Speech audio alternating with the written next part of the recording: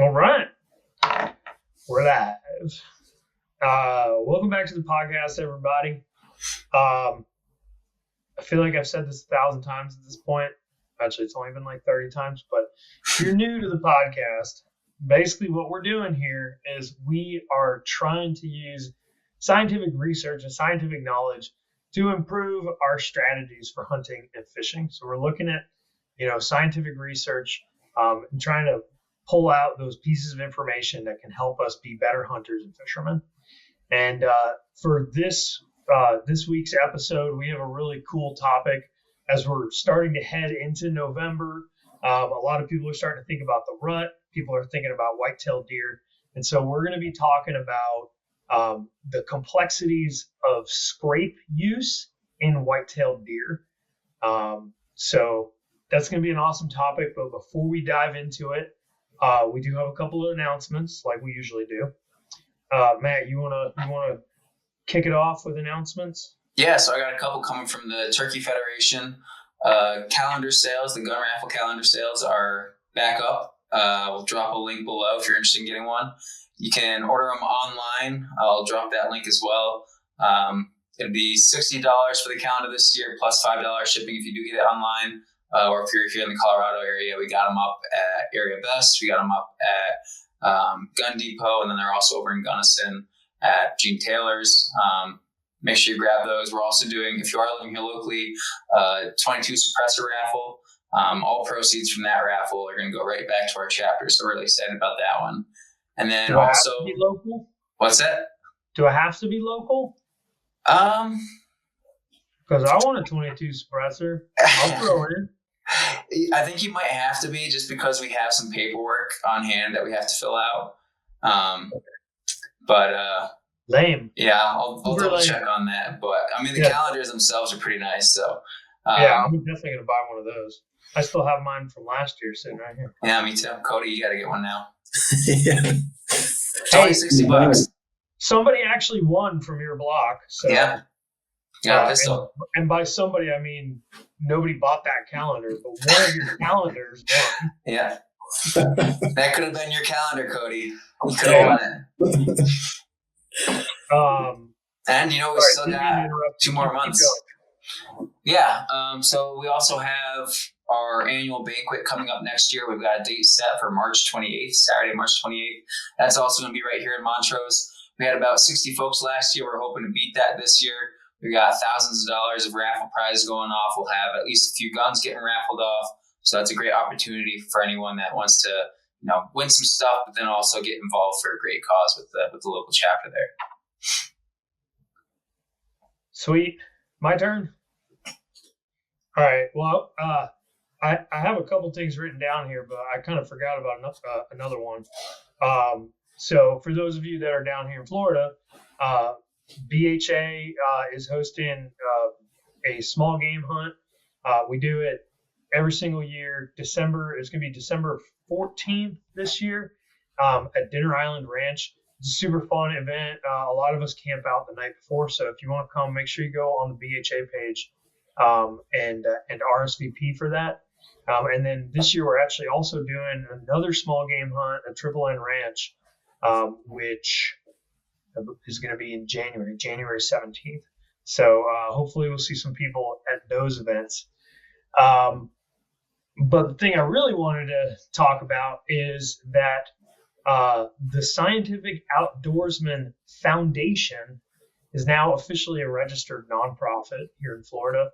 And, while this podcast is really focused on, education and the science and helping people learn how to be better hunters and fishermen, the foundation, the nonprofit itself, is really more focused on making sure that we have representation for the hunting and fishing communities when managers are making decisions.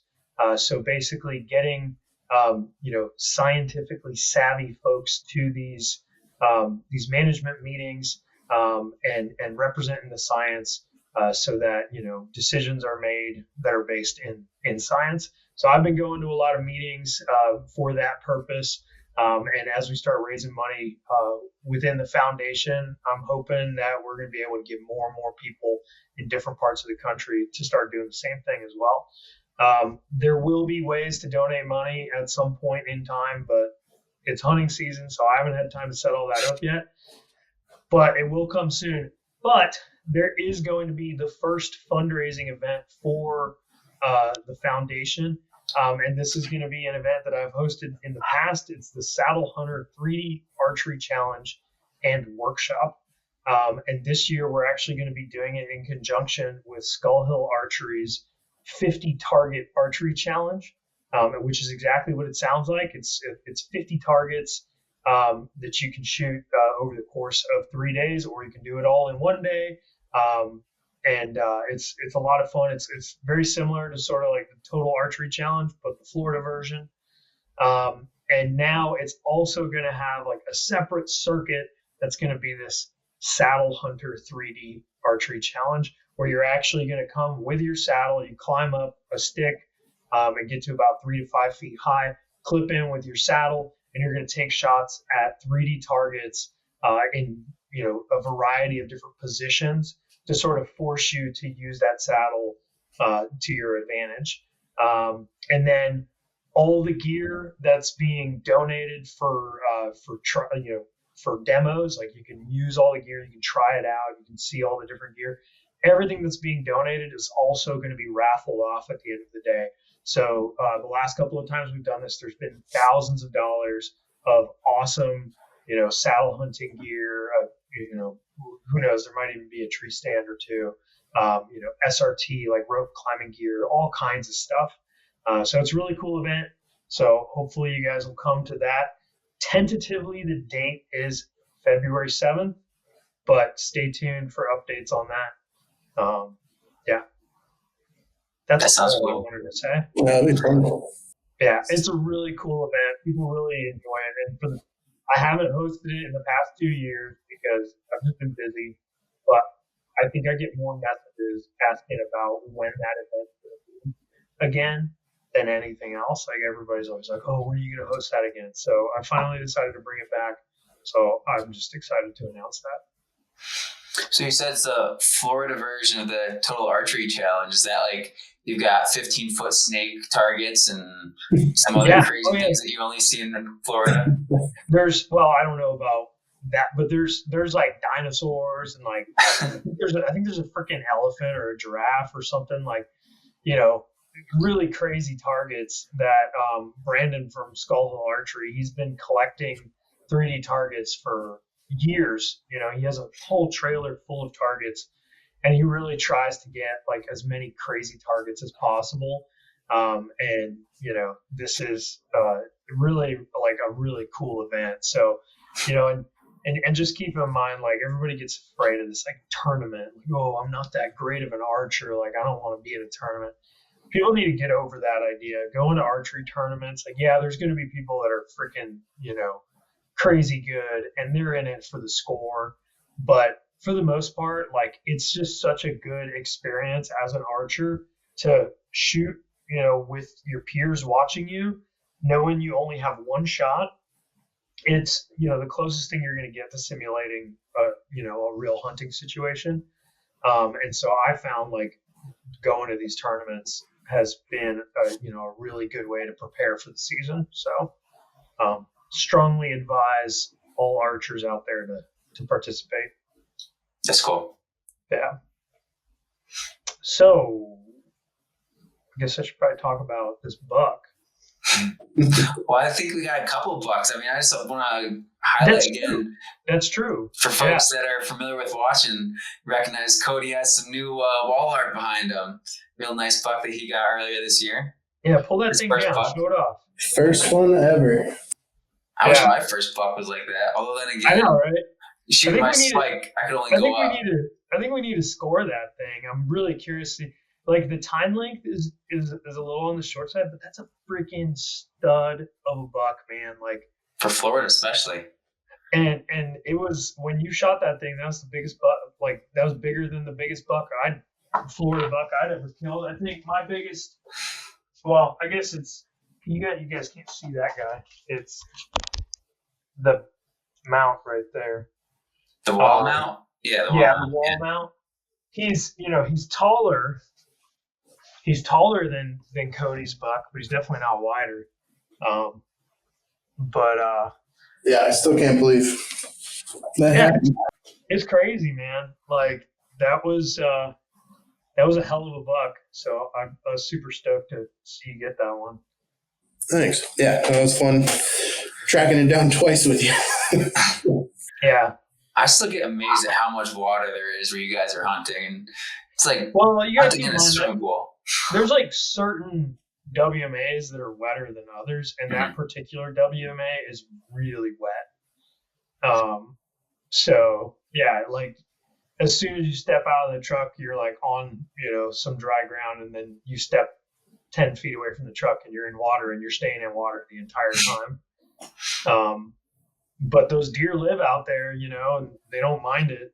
And honestly, I've found in places like that, a lot of people are always like looking for dry land to hunt on, thinking like the deer want dry land. But if you're willing to cross some water, you can really get to some pretty cool areas where the deer haven't been messed with at all. And that's exactly what we did. Like, I mean, me and Cody, we were each only, I don't know, Cody was probably 200 yards from like the main trail that you drive in on.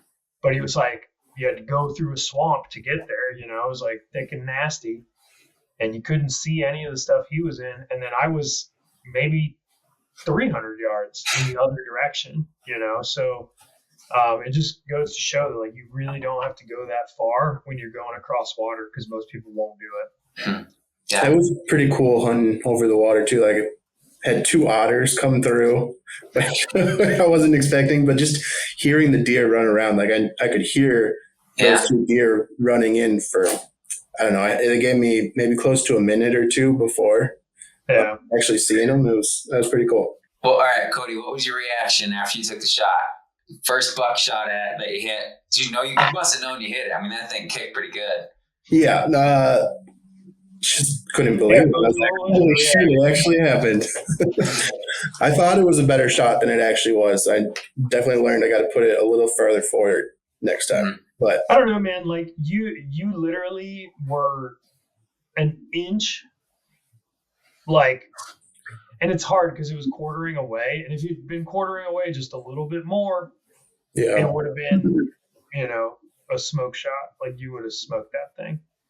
But given the way that it was quartered, you probably should have been about an inch or probably 2 inches forward, and you would have definitely killed it. I mean, you still killed it. Well, yeah, but it would have ran 50 yards and tipped over, kind of thing. And honestly, it's insane how long that deer survived, given the damage that broadhead did. I mean, it went right through the middle of the liver, like literally right through the middle of it, like through all what I would expect to be the major veins in the liver, the center attachment point of the liver, and then it clipped the lung as well. So it's crazy. These animals are so tough. It's insane.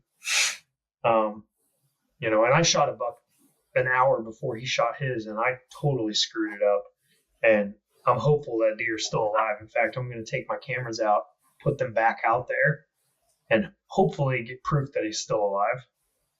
So, and then we'll all go grab those cameras in December. We'll go kill him next year. Yeah, and the cameras will stay out there because we're going to do some hog hunting out there. Because that place needs some serious hog herd thinning. So many hogs. Yeah. And since Cody got such a nice buck, Mark couldn't let him outdo him, so Mark had to go out and get an even nicer one. Yeah.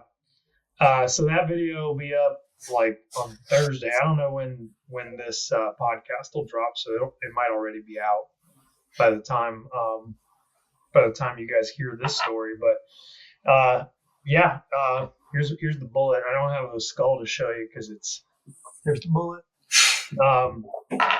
The skull is sitting outside still rotten, but muzzleloader hunt.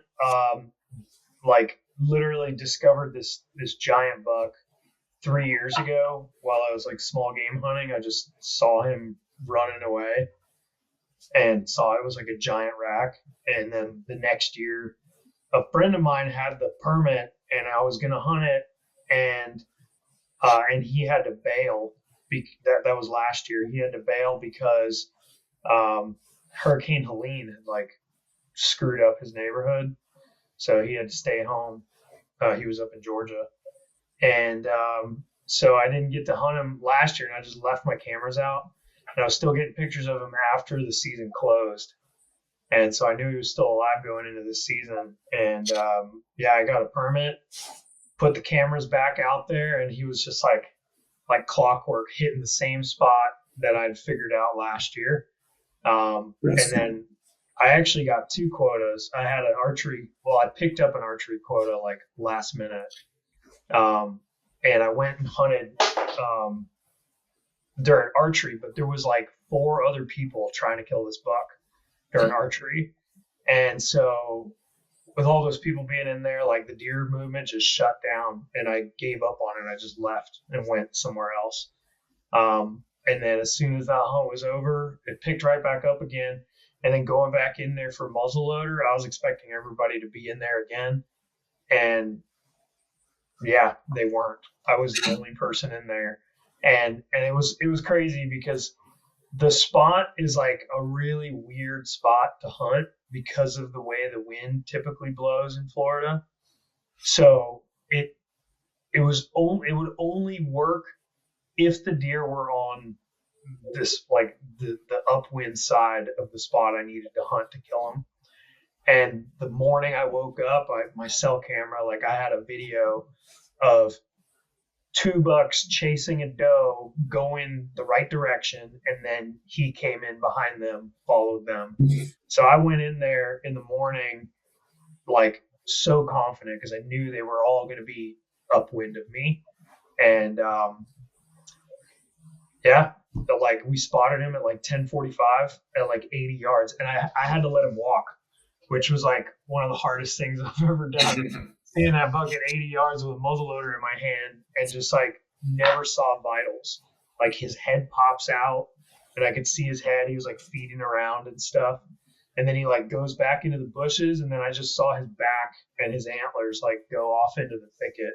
I never saw vitals. So I was like feeling kind of depressed. But then I was just like, well, we just saw him. We're not freaking leaving. Like, I'm going to sit here all day. And then hour and a half later, came in, walked right to 40 yards, and I smoked him.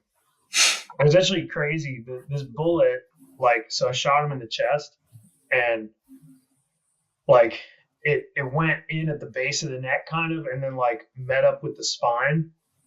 And the bullet went, like it kind of crashed through the spine and then got inside the spinal column, like the tube that like where the spine act, like this where the spinal cord is. It like got into that tube and just traveled down the spinal cord, like inside of the spine. Popped right out of his butthole. No, it like went like probably 5 vertebrae down. Really? Like, entered, yeah. And then I had to like dig it out, so it was kind of cool to see.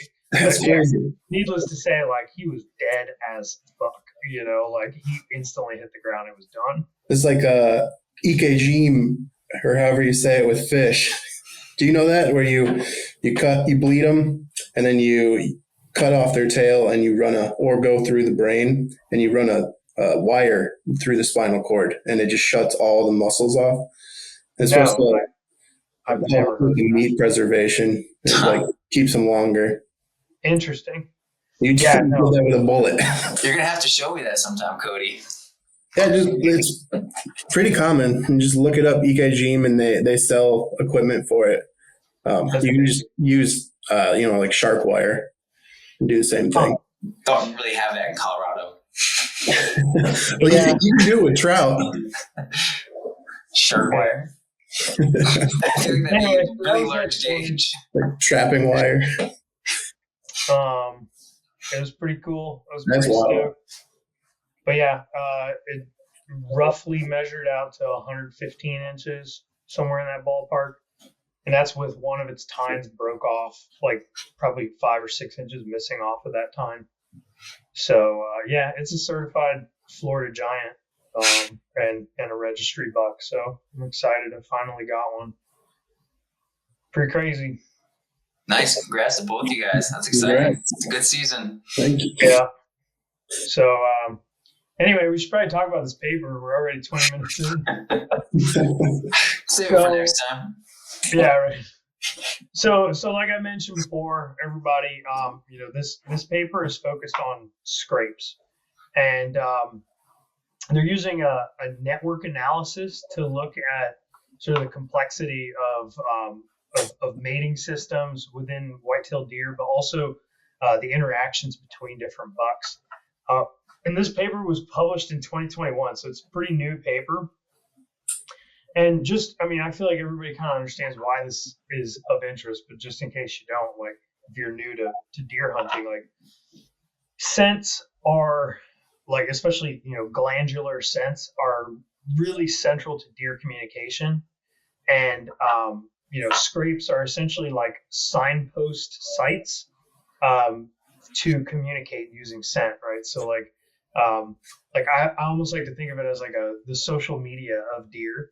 Or during the rut, it's like their dating app, because they're basically, they're going to these scrapes and they're using all these different glands, right? So they have their antlers have scent on them. Then they have these glands on their forehead, like between their antlers. They've got the preorbital gland, like right in front of their eyes, the tarsal gland, which is down on their back legs. They've got urine. And then they've also got the interdigital gland, which is in between their paws. And so they use all of these glands to like leave their scent in these scrapes. And then when other deer come to those scrapes, like it's like a signature that differentiates individual deer. So the deer can actually identify each other based on that signature of scents.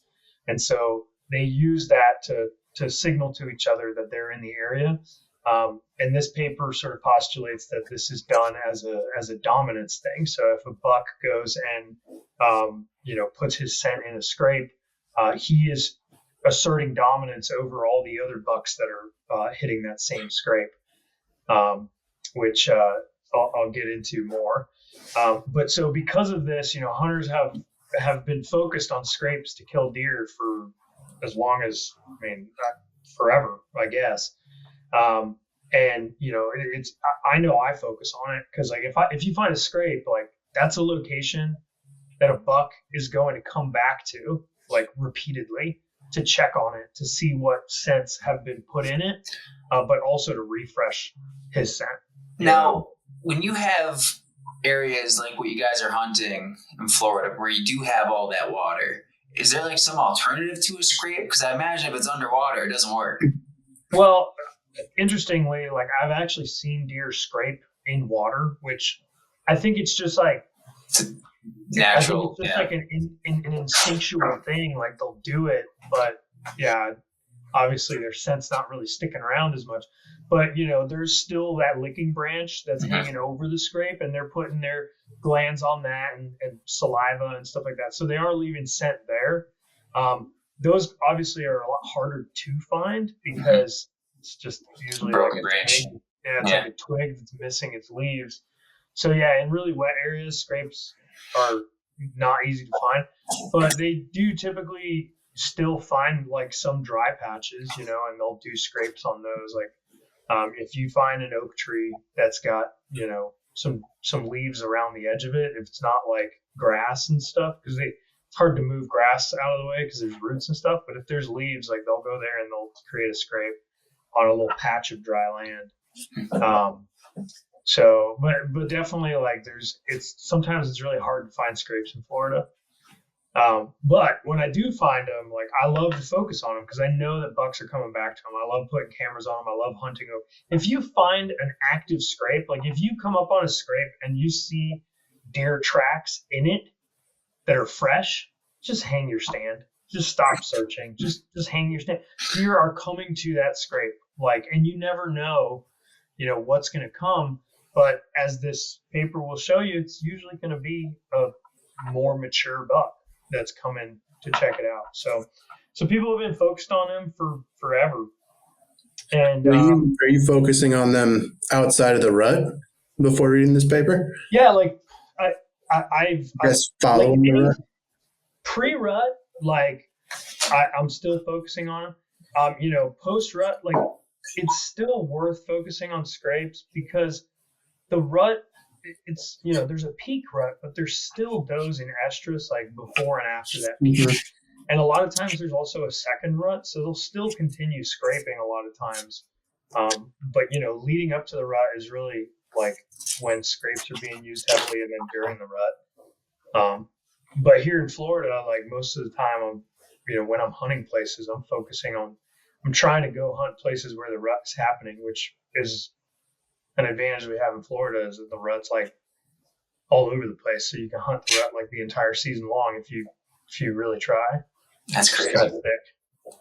Yeah, you said that you have a rut in February, and then you also have like a rut in August, July. Yeah, that's crazy. Yeah, you have a lot of change in latitude, but it's not like it's not a huge state. But it's not all latitude. Like we have an area, Zone B, which is like around Tampa, and it's just like this island around Tampa where there's like a really late rut, and then there's areas north of it where they rut much earlier. So in Florida, it has a lot more to do with hydrology, like the water levels and stuff. Yeah, that's a much bigger deciding factor in like fawn survivability. And elevation is not really something that you guys think about other than a few inches here and there. It doesn't exist. We're talking inches of elevation over here. Florida's a crazy place, man. It really is. I think we're the flattest state in the country. I mean, I definitely believe that. Yeah. But yeah, so scrapes, I think a lot of people understand that like males and females are using it for, leaving their scent behind and communicating with each other. But I don't think a lot of people understand like the complexities of that interaction. And that's what this paper is really trying to figure out. And reading this paper, I was really hoping that it might offer some insight to like which scrapes you should focus on. Mm-hmm. If there's like any rhyme or reason to like picking, if you have like a network of scrapes that of, like which one's the one that you should focus on when you're hunting. And it does offer some insights to that, but it's really actually very straightforward. So, but we'll get into those results in a little bit.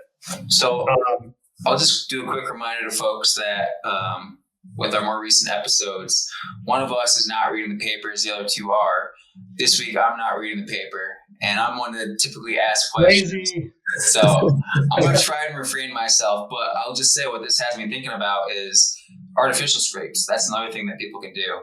And I'm really curious to see, if you guys say anything about not just identifying which scrapes might be best to sit on, but if you might be able to figure out where it's best to create an artificial scrape if you don't see any that are really recent or anything like that.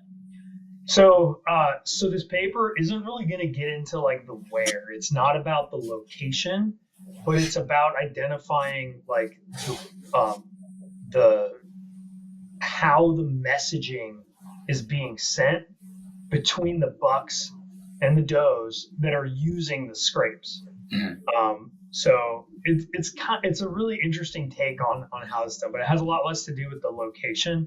But what it will give you some insights to is like when you make a fake scrape, what kind of scent you might want to put in there.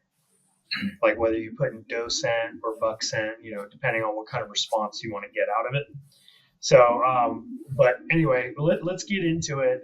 Cody, you want to run us through the methods a little bit? Sure. So this took place in Mississippi on Tougaloo College campus, actually. So that was one of their main points, I guess, is there hasn't been a ton of urban deer work kind of in this realm. So they considered the college campus urban, but this area looks like it's surrounded by forest. They called it both urban and suburban at different times in the paper, which was Did you? I'm curious though. Did you get the impression that this paper was written by undergraduate students? So I feel like this is someone's thesis, maybe. That's what I was. I think that this, and I think this is awesome if this is the case. I think that a teacher like made students in his class do like a research project and write a paper on it. And that this is like a group project done by some like young students, because the equipment that they're using is like super cheap. It's like very simple. A lot of the statistics that were done, like they use like t-tests and stuff like that. But then there's like the network analysis where they might have had, like a grad student or somebody who knows a little bit more come in and help with that. But it looks like they brought someone in from the computer science department. So if that is what happened, then kudos to that teacher, because I think that's awesome. It's a great way to get students like into the realm of publishing and doing research. No, that's a good point. I'm not familiar with this college. Have you guys heard of it? So maybe it's not even like a research institute that has, grad students. So maybe it is really just all. Typically when it's a college, not a university, it's a very small school. So but also there's a lot of typos in this paper, which means it's probably. Yeah. I mean, it's well done. It's a really cool paper. Yeah. I like it. So they grid search the woods and they find 22 scrapes around campus, mark them, and then decide to put up like 8 trail cams at some of these scrapes. And they space them apart, kind of standardize a bit. Not 8 cameras. They put a camera on every scrape. You look at figure 1. I think it was 8. So they identify all the scrapes, and then just the ones with the diamonds have the cameras. 1, 2, 3, 4, 5, 6, 7. I'm counting 8. Yeah, there's definitely ones that don't have. I can show this figure too. Wait, how do I do this again? I got it up. Oh, you have it up? Cool. Good. And so they did that to try and like standardize, so they weren't putting a bunch of like all their cameras in one area, sort of thing. It looks like the rut generally runs from mid-December through mid-January. They put their cameras out about a month before that and then took them down at the end of January. So they ran this from November 2019 to January 2020. So a nice little field sampling for this project. On those photos, so I'm just going to skip around a little bit. Is that cool? I mean, do you want to add anything more to? I'll add stuff when you finish if I feel like you missed anything. Okay. So yeah, their main sort of purpose was to identify this kind of communication between males, then to look at how females play into the whole picture with scrapes, and then finally use this information, this network analysis, to estimate kind of pathogen risks. So spreading diseases like CWD.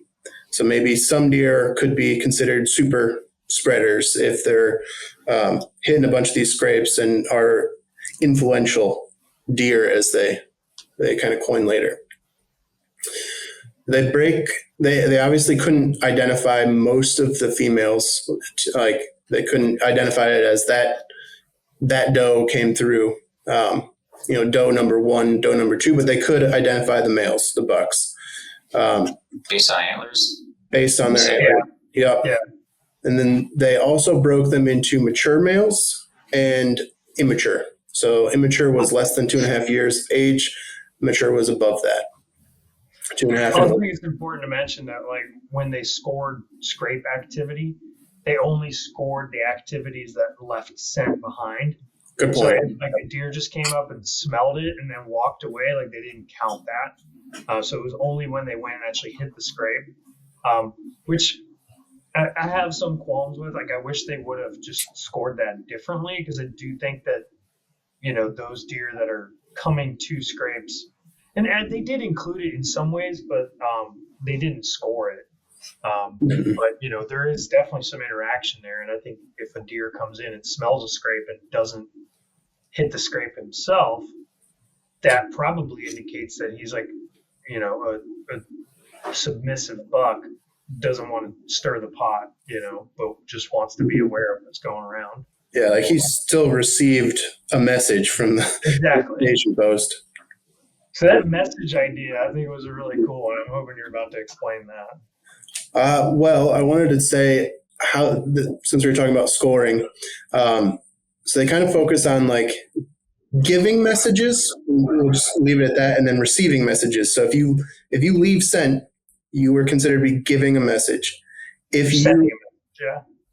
You what? Sending a message. You're sending a message, and then if you went to that scrape within a 24-hour period after that buck had left scent, you were receiving a message, and then that buck could obviously leave its own scent. So one thing that was actually confusing to me, though, is I think that the 24-hour period only applied to when they were looking at the does coming. Oh, was that? Yeah. So my understanding was that if a buck hit a scrape, he was sending a message to all the other bucks that are hitting that same scrape, regardless of when they come to the scrape. Okay. Yeah, at least that was my understanding. I might have that wrong, but it's very unclear because they only reference the 24-hour period when they're talking the females. Yeah. So it's a little confusing, but essentially, if you hit a scrape, you're sending a message to all the other bucks in the area that you are the dominant buck, and then when they come to the scrape, they're receiving that message. But then when they come and hit that scrape, they're also sending a message to every buck that would show up after that they're dominant. So if a buck goes to more scrapes, then they're sending that message to more different deer to let them know that they're dominant. Whereas a buck that might only stick to one or two scrapes is only able to send that message to a small subset of the deer in the area. Right. And then, so I guess that 24-hour period is for the second component of this paper, looking at the doe response. All right. Now, I was thinking earlier when you were talking about the mature versus immature bucks, I was like, oh man, it'd be cool if it had some pictures of these deer in there. It does. Do you want to see figure too? Scrolling. So I just had to jump in there to say that so we can let our viewers see. So are there only 8 bucks? Like only 8? I mean, these are there's 22 bucks. Okay. 22 bucks, but only 8 of them were frequently hitting the scrapes.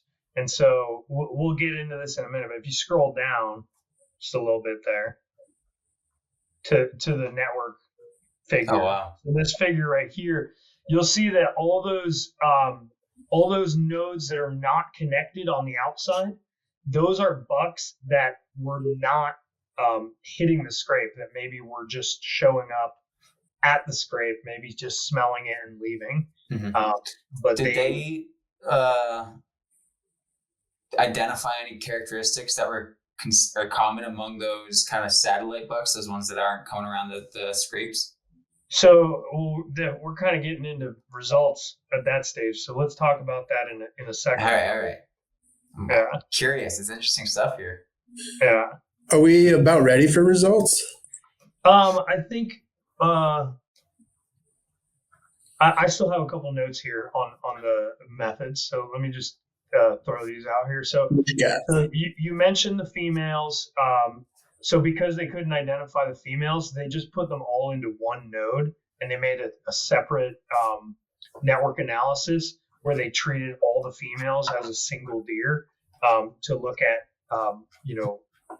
which bucks they were most like communicating with.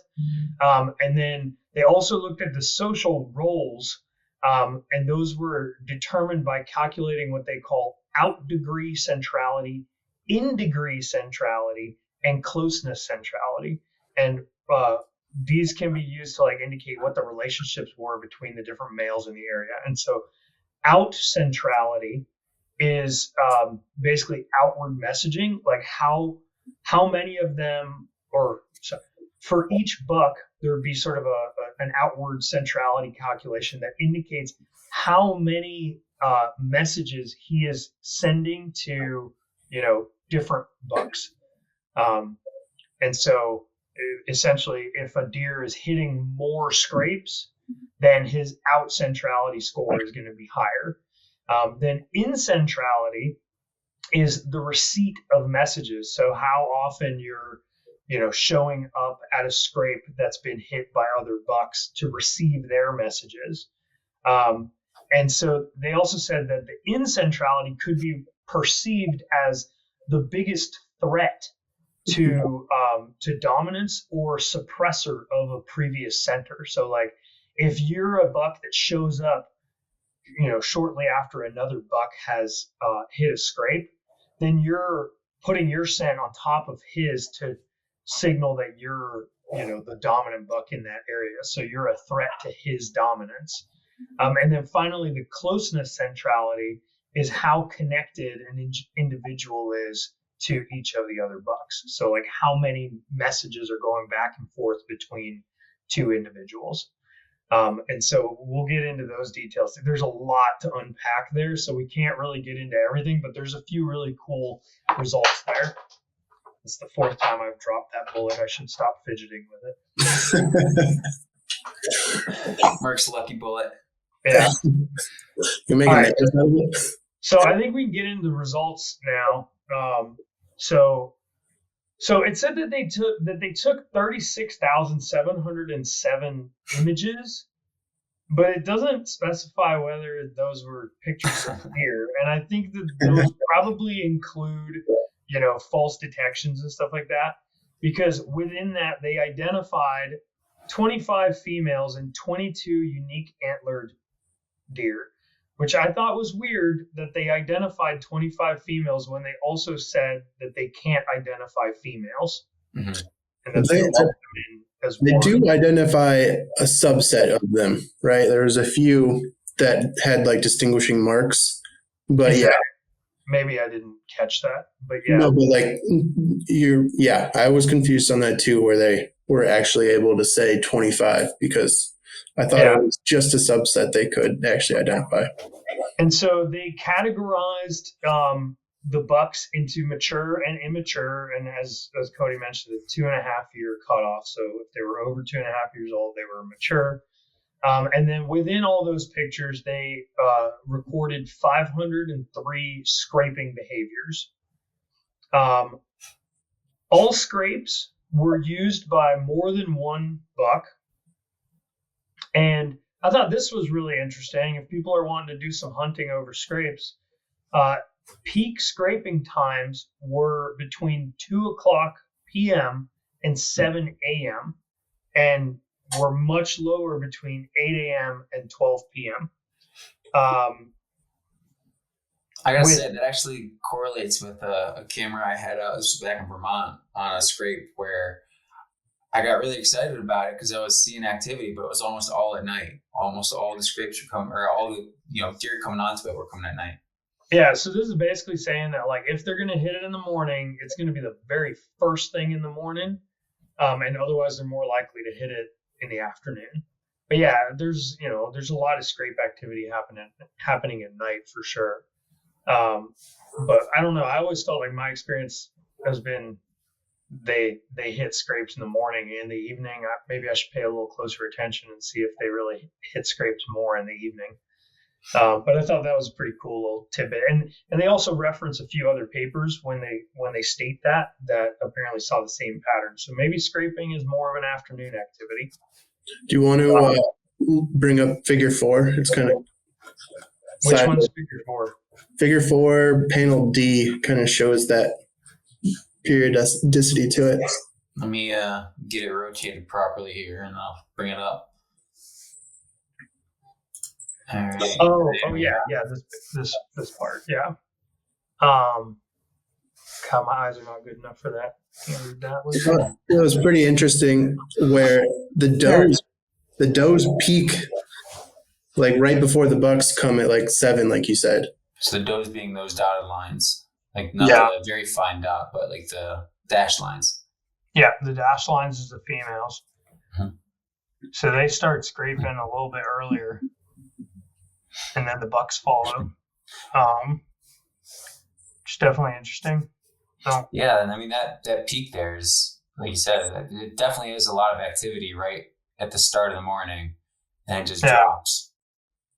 It's kind of interesting. I don't know why that would be, but apparently it's like pretty common in multiple papers that have done similar things. So yeah, if you're hunting scrapes, do it in the afternoon. Unless you're going after does. Yeah. Well, yeah, no, even with does though. I mean, the does are out there till like 9 o'clock, and I think they're most abundant out there. It looks like from like, although, if they're out, you might jump them when you're getting out there. Yeah, I was thinking like the beginning of the graph was the beginning. No, it's weird that they started at 2 in the afternoon. Yeah. So. Yeah, you want to be out in the morning, first thing for bucks. You got to get in your stand by 4 o'clock in the morning. You really want to be hunting them between 3 and 4 in the morning. It's Mississippi, right? It's okay. But also, since you've got this up anyway, scroll up to that first figure, the one that we were looking at before.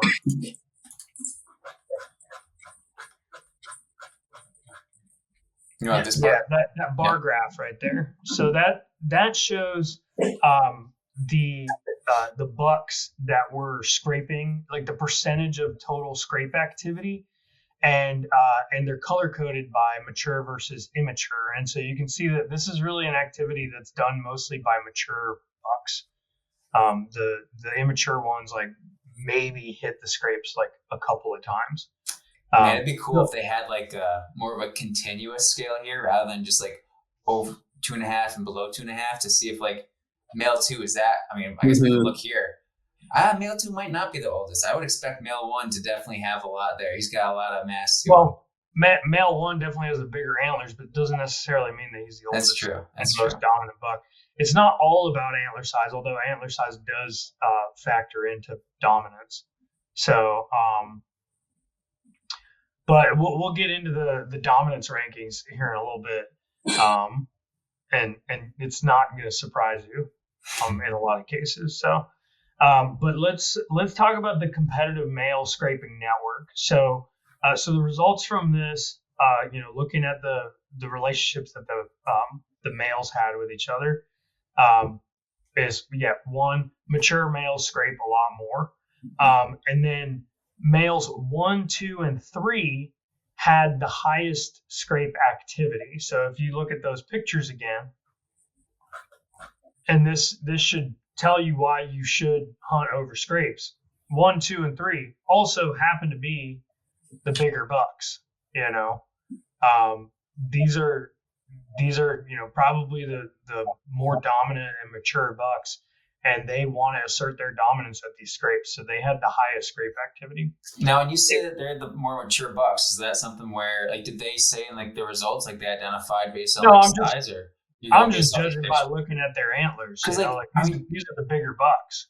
To me, though, like if you're going based on that, like 3 isn't really all that much different than 6, 7, and 8. 8, by the way, just looks ridiculous to me. It's got all sorts of crazy stuff going on. 3 has some nice wide antlers, but yeah, they're not super tall. But look at his body. That's the other thing, yeah. Look at the size of the neck and compare that to the other ones.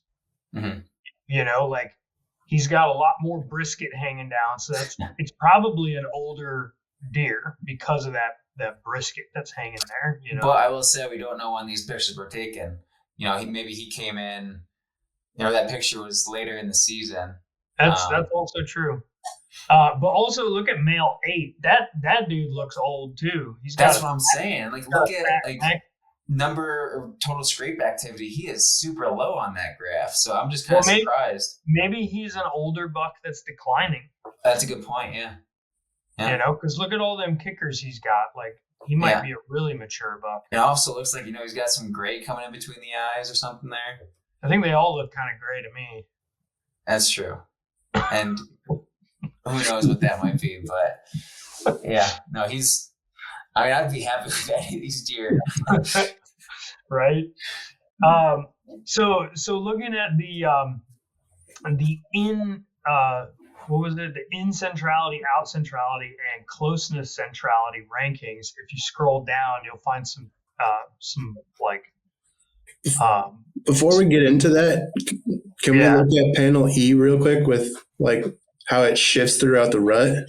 Sorry, Wait, where's panel E? Figure 4. Yeah, that right there. Like you were talking about how there's a second rut potentially. You can kind of maybe see that so they outline the rut here in the dash box. You see scrape. It kind of, there's a wave to it. Every couple weeks they go and hit it pretty hard, and they hit it hard right before the beginning of the rut, and then kind of they're pairing up. And then about a month later, they hit it again. And so that's probably that month later is probably right before that second rut is kicking in. And as you can see, it's also not as like high. It's not as well pronounced. That's pretty typical of second rut. So wait, so the dotted line here, did you say that this is the rut period? Yeah. Yeah, that box. Yeah. And so what are you saying is the second rut? So there's that peak right before the box, right? Yeah. To the left of it. And so that's like, peak activity at the scrapes right before the rut. There's a lot of signaling going on indicating, you can see that dashed line is those females. Yeah. They're starting to use the scrapes too. So they're signaling that they're coming into estrus. The males are scraping a lot. There's a lot of signaling going around in that herd. And then they go into estrus, and then that signaling at the scrape decreases significantly, probably because they're chasing does and they're, breeding does, and things are getting crazy. They're just running around. They're not paying attention to the ground so much. Right. And then after that first, peak estrus cycle passes, now they're like, all right, let's find some other does. They're still in heat. And then it starts peaking again. It's probably as you get towards that second rut when those does that haven't been bred yet are starting to come into estrus. Mm-hmm. Probably. I don't know. I'm just guessing. It's also kind of crazy that you have over a month before. Yeah, that's a huge peak there. There's that huge peak, which maybe that's just like that dominance thing. Just saying like, hey, this is my turf. Well, and also notice that during that period, you're not seeing the females doing it. Right. And so I think that's the time frame when the males are really they're trying to establish among themselves like what the hierarchy is, and that's probably the time frame when they really start making scrapes. Like there's like a time frame when you just start seeing scrapes popping up all over the place. That's probably when, if that's within the hunting season, that's probably when you'd be most excited to sit on scrapes, because you're probably going to see, of the scrapes that you see, they're more likely going to be used by bucks. Well, I really like hunting the early season because a lot of people wait for the rut, but you can, I feel like the deer are a lot more predictable in the early season. And that's that time frame right there where they're a lot more predictable. So, but let's look at these centrality rankings. Give me a figure number. I don't know. Scroll down until you hit a table. So with that, while we're leaving that figure, that got me thinking: if you have bucks on your camera and then nothing, do you go hunt that scrape right away? Because it's like a 3-week kind of interval to a month where it really starts ramping up. Like, or do you give it a couple of weeks, focus elsewhere? That's such a hard question to answer. Like, I would think that they're close to the scrape. They're just not hitting it. Yeah. Like they're still working that area because they're hitting those scrapes to like find out who's in the area and then find out, are there hot does in the area? And then once they get that signal of like, yes, there are hot does in the area, now they're going to start trying to find them. So like I've noticed a lot that, this is getting into like strategy and stuff, but like if I find a scrape and a buck's coming to it right before a hunt, I go and pour some estrus doe pee into that scrape. When a buck comes back and receives that message, he'll come back to that scrape multiple times over the next few days to check if she's been back. And he'll just basically start running around the area trying to find her and keep coming back to that scrape. So like, but once they find the doe, then they're probably not coming back to that scrape anymore, you know? Mm-hmm.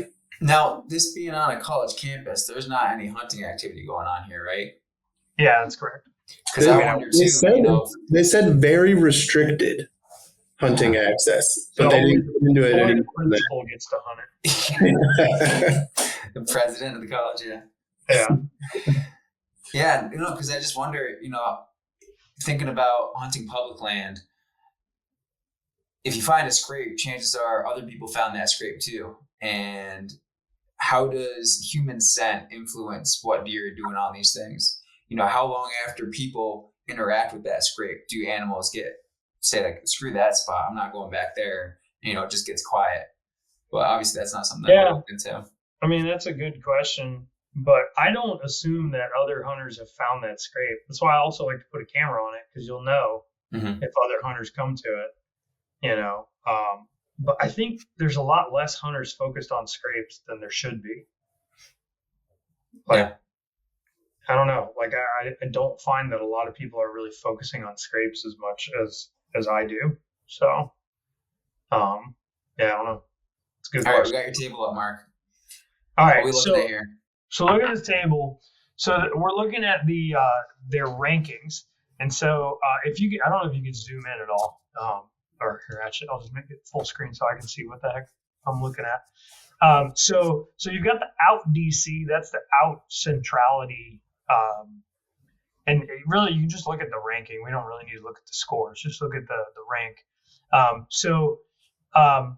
We consistently see that the top 4 males, well, really male 2 and 3 are consistently in the top rankings. Male 1 kind of drops down to 5th ranking in receiving. And I think it's kind of interesting, like that the ones that are putting out, or I guess male 1 is putting out a lot of messages, right? He's ranked number 2, but he's not receiving many. So like, I think he's like trying to sort of interpret what that tells you about his behavior. He's going around like putting his scent out, but he doesn't care to like go and hit a scrape after another deer has hit it. But would that be a dominant move? Just so not he's not suppressing other bucks, but he's going to a lot of scrapes to put his scent down. Now, do they distinguish making scrapes from just using a scrape that's already established? Because, I could think of him as like, if he's just creating a bunch of scrapes where there's not already a scrape in place, he's just spreading his scent over as much of an area as possible, and he's not really too concerned about others covering it up.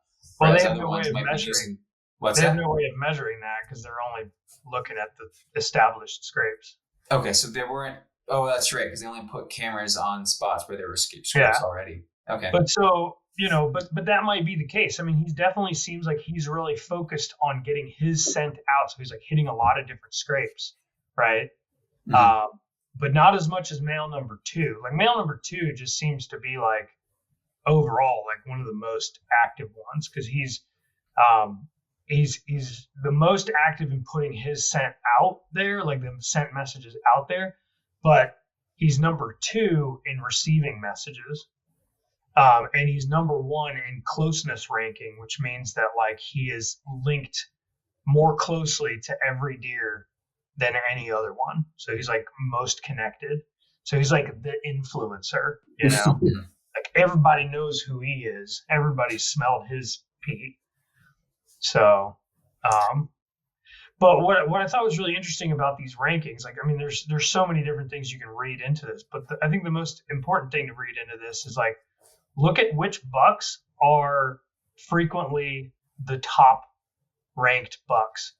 Those are also the biggest bucks. Mm-hmm.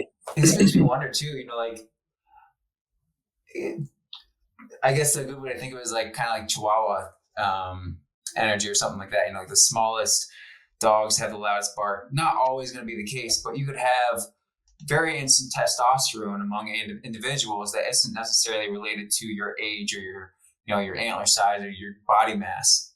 So I wonder too, if buck number 2 or male 2 here might just have like a higher level of testosterone compared to these other bucks. So that's actually a really interesting point, because in a second we're going to look at the connectivity between females, which is a really interesting thing that happens there.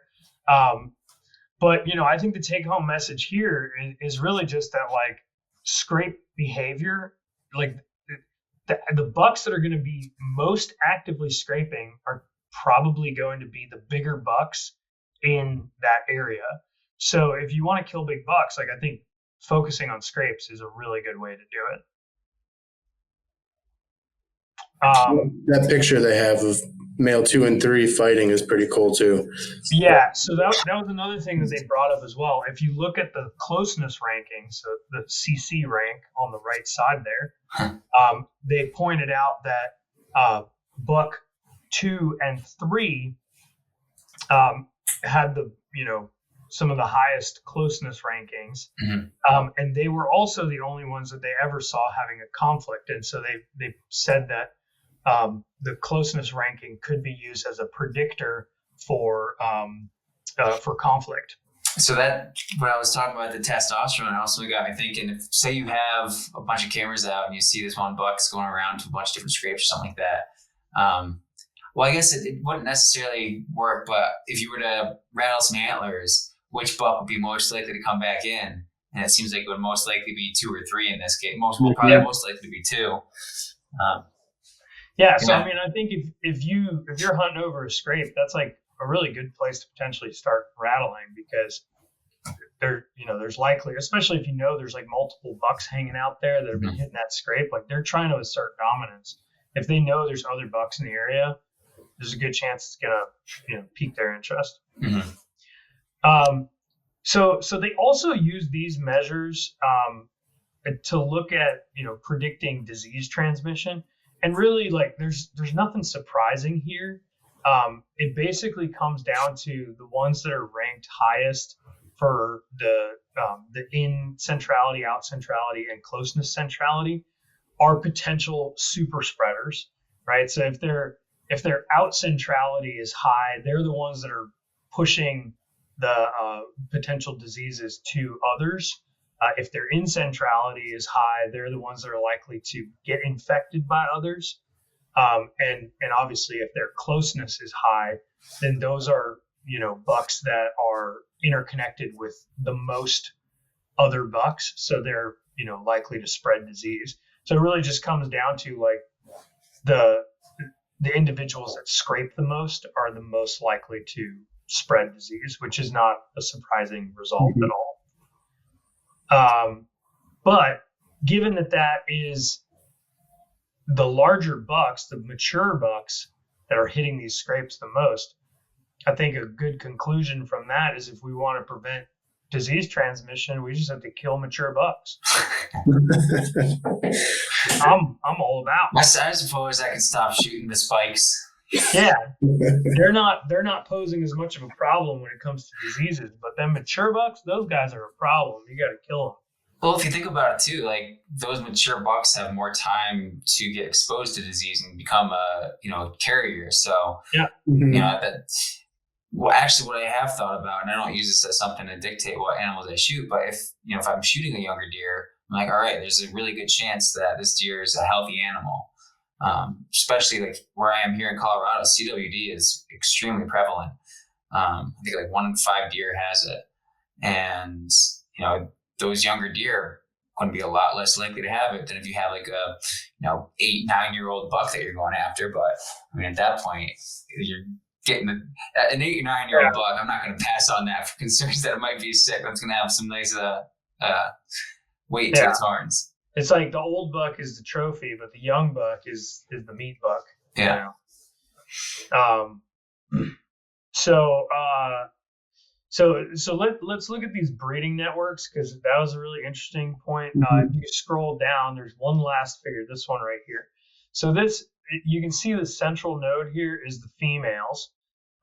And so what they're looking at here is they only counted a female if it showed up and hit a scrape within a 24-hour period after a buck hit the scrape. So they're looking at which females are wanting to receive messages from males. But what was really interesting is that the females seem to be able to selectively receive messages from certain males, and that the male 1, 2, and 4 had more does come to receive their messages than any of the other bucks.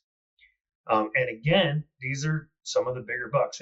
Male 4 wasn't quite that big, but male 1 and 2 were some of the bigger bucks. And so in their discussion, they kind of talk about this, that there may be some way that the females can tell just by the scents that are being put down, if they're coming from a dominant buck. But it's interesting. Yeah, like male 1. It's like, why wasn't male 3 having that same effect over male 4? And I don't know the answer to that, but it definitely seems like the females are selective in which buck's scent they're wanting to smell, which is really interesting. And they were saying that, I think it was male 2, on numerous occasions had multiple females come in, like one after the other, to smell his scent, whereas the other bucks never got that. I think it was the male 1. He has like double the next, double maybe. Male 2. And so like he seems like the dominant one, not really caring. He's spreading his scent. And then 2 and 3, are they like the next in line? They're kind of in a pissing match, sorting things out. Kind of seems that way. And it's funny you say that, like male 1's like not caring. And I think the fact that his in centrality was ranked lower says that. Like he's like, I'm not even worried about cutting these other bucks off because I'm so dominant. These bitches will know it. And clearly they're following him around. And they clearly know it, like he doesn't feel the need to cut off other bucks. He just puts his scent out in as many places as possible. But here's a question, and they really didn't answer this, and I don't know that they considered this, but if a deer has a high out centrality, right, so it's hitting lots and lots of scrapes, then there's also more opportunity for those interactions to occur with those does because he's putting his scent out at more places. So I feel like and I don't know if a network analysis takes this into account, but I feel like there needs to be some weightedness to the way that the scoring is done, because the males that are more active are automatically going to get a higher ranking. You know what I mean? Yeah. But the does still have to, put down their own scent. Yeah. But I see what you're saying. But so and he put out the most. Yeah, like he put out the most scent. So then it makes sense that he's going to have more, closeness because he's running around putting his scent everywhere. So how do you compare the relationships between a buck that's putting out his scent all over the place and maybe a buck like buck 8 that's just like not going to very many scrapes, but maybe locally in the area that he's at, he has way more influence and he's considered more dominant, but he just is only hitting like one scrape and there's only a couple of does coming to respond to him. Like, I just don't know if that weightedness is considered in these network analyses. I just want to touch on male 8 real quick here, coming back to this network analysis. See if you guys can kind of explain something that I just picked up on. So with male 8, or maybe I'll start with like males 1, 2, or 3. You've got big arrows going in every direction, right? They're coming in, they're going out. Male 8, it's like everything's coming in. You also see this with male 14, where stuff's really just coming in. So that's them. They're more likely to like receive those messages. That's what that's saying, right? Like they're showing up. They're showing up after another buck has scraped. Mm-hmm. But other bucks aren't really showing up after them. So I wonder if that's maybe a feature of, like you're saying, if male 8 is an older deer, it'd be really interesting to see what male 14 looked like. Was that also potentially this older deer that they're kind of like, they're getting to be geriatric and, they're slow to get around and not wanting to fight as much. Also, I think there's something important to consider here, they're becoming old. Their testosterone levels are going down, so they're not really looking for conflict anymore. They're just becoming an old man. Or, it's also, well, I don't know. I was going to say, or it's possible that those deer have just learned to avoid these scrapes, or not necessarily learned to avoid them, but the fact that they don't hit those scrapes frequently allows them to get older. Mm-hmm. Like maybe having high testosterone and like that desire for dominance, I mean, that's ultimately what's going to get you killed as a big buck. It's definitely what killed my buck on Saturday. And so maybe these bucks that are like not as dominant and not as likely to hit scrapes are the ones that are going to get freaky, like male 8 that's got pickers all over the place. So I don't know. I don't know if that's a result of him like declining or if he's just always been that way. Yeah, it comes back to what I was saying earlier about different personalities, right? He's just a recluse. Funky deer. Yeah. And a lot of people say that too, that like a lot of the big mature bucks are like recluses. Yeah. Maybe he's an asexual one. That's why you don't see any deer with similar antler shapes, because he never breeds any of the does. So yeah. Well, and that comes back to that question: is that always the way that he's been, or is that just because he's old now? Yeah. I don't know. The answer. I would think though. I mean, he's got some unique antlers, and I would imagine if he was ever very active sexually, you would see other deer that show similar patterns in their antlers, right? But his antlers are not necessarily like. There's just a bunch of kickers on them, but if you look at the main frame, it's still pretty standard. Back up. Is it though? Because I mean, look how tall he is, and then also like they're not necessarily kickers. Those are just the tines coming up. It's just very vertical. Yeah. He's got a kicker on his what's that? The G2 there, G1, his brow tine, but yeah. Other than that, I mean, they're just vertical. Yeah, it's kind of hard to see because of all the branches in the back. Yeah, that's true too. Yeah, you're right. I mean, male 7 has pretty tall, narrow rack as well. Like that could be. Maybe, but I mean that's more typical. Like to me, like male 4 looks like he might be more in line with male 8, but I don't know, man. I also think it has a lot to do with the angle that you're looking at him. That's true. Yeah, like he might have his head tilted, and he does have his head kind of tilted back. Mm-hmm. If you look at male 4, he's got his head tilted back too. So I think, I think it has a lot to do with the angle here. But I mean, male 8's definitely a cool buck. I'd shoot him. Yeah. I'd probably still take male 1 over him, but male 1 is similar in width to the buck I just killed. Yeah. Honestly, I think my buck's bigger. He is actually bigger. So, but yeah. Anyway, I mean, I feel like this just like opens a can of worms. Like, there's so much discussion that could be had about, about scrapes, and I feel like they didn't really answer like all the questions, but it definitely answered a few questions about, the type of bucks that you would expect to see hitting scrapes frequently. And so that comes back to when you were talking about when you're creating a mock scrape,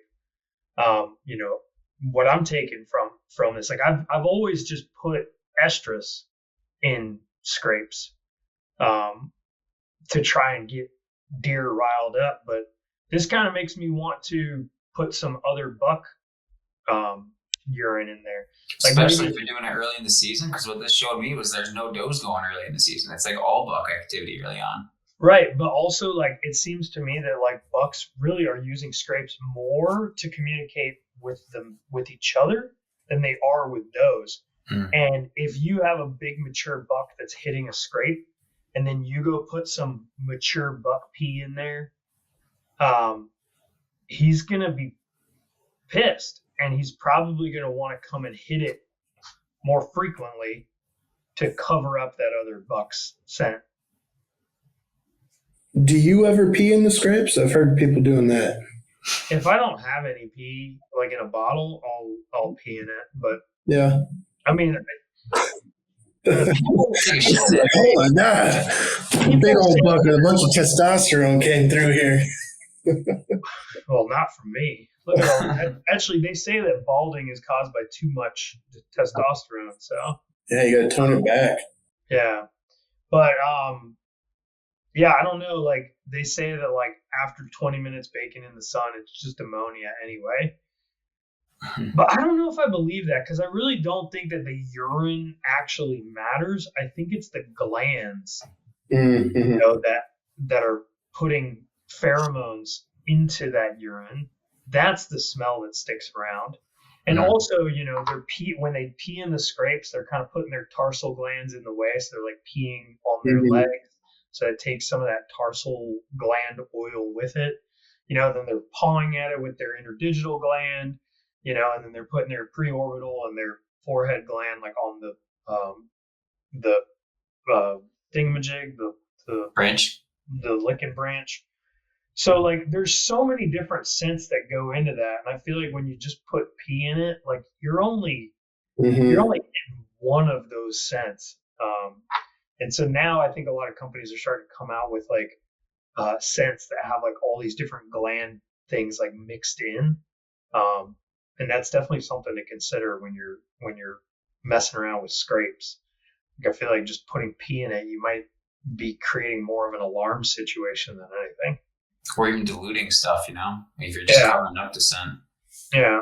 Yeah, we didn't really talk about it, but they do talk about some of those females they could identify. And female 9 seemed to just like follow around male 1. So they definitely know somehow. That's definitely this male. If it was like one of the smaller males, I'd be like, what's going on there? But like considering that that's male 1, who's like the biggest from our standards, the nicest one, I think that says something about some selection there, like some sexual selection, where she's like, I want to mate with that guy. That's 100% a thing. And there is a paper on this. We could potentially cover it in another podcast, but there's a study that I think the Strickland lab did, where they had bucks like in pens that were like in captivity, and they cut their antlers off, and then they put like antlers on them. So they had like different racks from like different bucks. So they would put like a small rack on a buck that had a much bigger rack before, and then they had estrus does like basically put them in the middle of 2 bucks, and then they would like choose which buck they wanted to be with. And antler size plays a big part in it, is what they found. So they definitely do like the bucks with the bigger antlers, but there's also scent involved that like plays a factor as well. So they were able to, if they put like 2 bucks that had like one had small antlers and one had big antlers, and then they put the same size antlers on both of those bucks, they would still choose the one that naturally had bigger antlers. And they concluded that was due to like scent, glandular signaling, that they were able to identify that as a more dominant buck. So there's definitely some aspect of that in sexual selection, but it's not really what this one was focused on. It's interesting. But, yeah. Anyway, I was going to say, speaking of the importance of antlers on bucks, maybe we'll give a little precursor to a future episode where, if big antlers are important, is it good to cull the population to get rid of those bucks with small antlers? Dude, yes, I really want to talk about that paper. That's such a cool topic, and I've had conversations with people online about this that swear by culling. Anyway, we won't get into that. Yeah, listen next time and find out. But there's definitely some cool science about whether culling works and how it works and what you can expect if you do it. So we'll hopefully talk about that in the next episode. I think we will. I think we just decided that's happening. So thank you guys for tuning in. Make sure you're subscribed, seriously, because like 97% of the people listening to this podcast are not following or subscribing. So just click that little subscribe or follow button on whatever app you're using. Definitely helps us keep track of whether people actually like listening to us, which is nice to know. And yeah, that's all I got. All right. All right. Thanks for listening. Thanks, guys.